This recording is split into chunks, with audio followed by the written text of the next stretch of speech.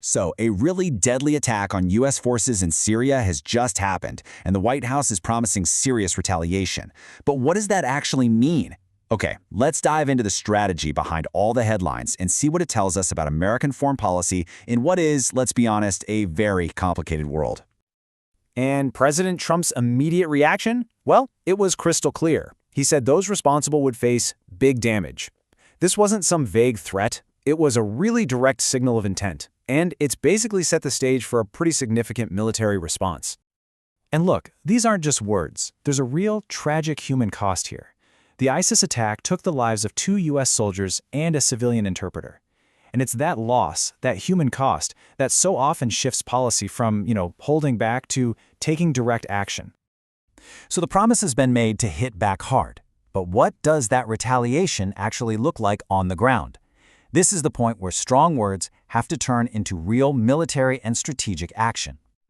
And that's the big question, right? It's what all the experts are trying to figure out now. How is the U.S. going to make good on this promise?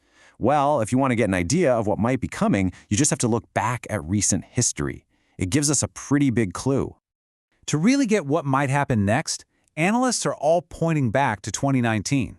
For a while, the administration was showing restraint with Iran, right up until an American contractor was killed. And the response that followed? The targeted killing of General Soleimani. It was swift and it was severe. So the prediction here is that the Pentagon is probably planning a similar kind of move against ISIS, something designed to create real shock and chaos within their leadership. But hold on. This retaliation, it's really just dealing with the immediate problem, right? Not the bigger issue. To really understand why the U.S. is involved in this region at all, we've got to zoom out and look at the threat that keeps them there in the first place. So what's the root cause? Well, according to the source material, it's the ongoing threat of radical Islam. This attack is just a brutal reminder that even if you draw down troops, the danger is far from gone. The U.S. policy is to try and suppress this threat wherever it pops up, because its reach can go way beyond the borders of Syria. And this isn't some far-off theoretical danger. This quote from the expert analyst, wow, it just hits you. It really shows you the constant high-stakes pressure these folks are under. Even with this incredible security system, the truth is it's almost impossible to catch every single threat. The fear that something might slip through the net is a real daily concern. Which leads to a question a lot of us ask. Why Syria? Why is the U.S. involved in such a messy, complicated situation in the first place? Well, the answer is tangled up in a whole web of strategic interests. And look, the expert in our source material gets it. They say straight up that it is complex and it's not always simple to explain why it's strategically important. But behind all that complexity, there are actually several pretty clear American interests at play. And here are the key reasons, laid out plain and simple.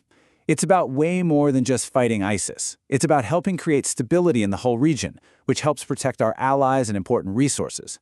It's also about being a sort of buffer to keep 2 key allies, Israel and Turkey, from clashing in Syria. And at the end of the day, having a presence there just gives the U.S. crucial leverage in a really volatile part of the world. So, what's the bottom line here?